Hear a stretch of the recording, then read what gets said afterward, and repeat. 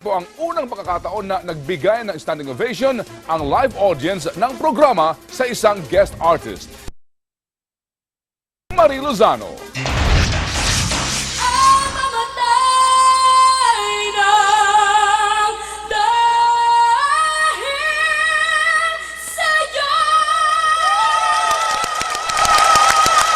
Pagkatapos bumirit para sa mga boksingero Pinoy sa Araneta Coliseum noong linggo,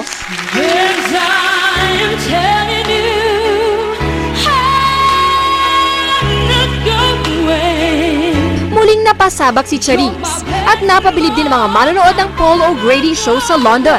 Ayon sa mga producer, first time itong standing ovation na ibinigay kay Charisse mula nang simulan ang Paul O'Grady show sa Channel 4 ng London 4 na taon nang nakakaraan. Maging ang veteranong mga awit na si Mariah Carey na bumisita kamakailan sa UK upang ilunsad ang bago niyang album ay hindi nabigyan ng ganitong bihirang karangalan. Sobrang saya ko po kasi kanina po sinabi po nila na 4 years na daw po yung show nila. Pero yun nga po, first time daw po nila magkaroon ng standing ovation. Yun po dahil sa pagkanta ko po. So very proud po ako sa sarili ko po. Sa ulat ni Jean Alcantara ng ABS-CBN Europe News Bureau, dumating si Pempenko sa UK noong Lunes, Abril 7 para sa 2 araw na pagbisita sa imbitasyon ng Paul O'Grady Show.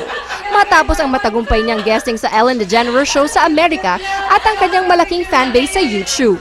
Ang Paul O'Grady Show ay pinapalabas araw-araw sa UK upang ipakita ang mga world-class talents at record breakers. At isa ito sa pinakapopular na programa sa ngayon.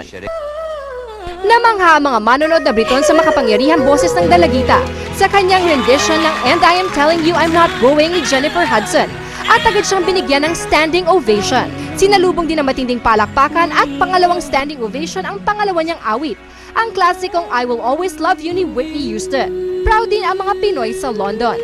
Biglang lumabas si Charisse.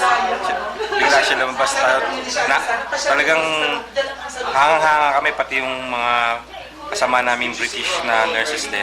Talagang nagpalakpak kami. Diba? Masaya-masaya. Galing pa akong work pero buman ako dito para lang makita ko siya. Sa kanyang pagbabalik sa Pilipinas, inaasahan ni Pempenko na magiging doble ang pagmamalaki ng bansa sa kanyang nakamit na karangalan sa United Kingdom. Marie Lozano, Patrol ng Pilipino.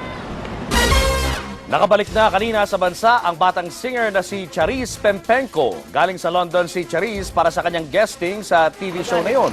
Masaya si Charisse na dalhin ang pangalan ng Pilipinas sa ibang bansa, lalo pat todo suporta sa kanya ang mga tagahanga.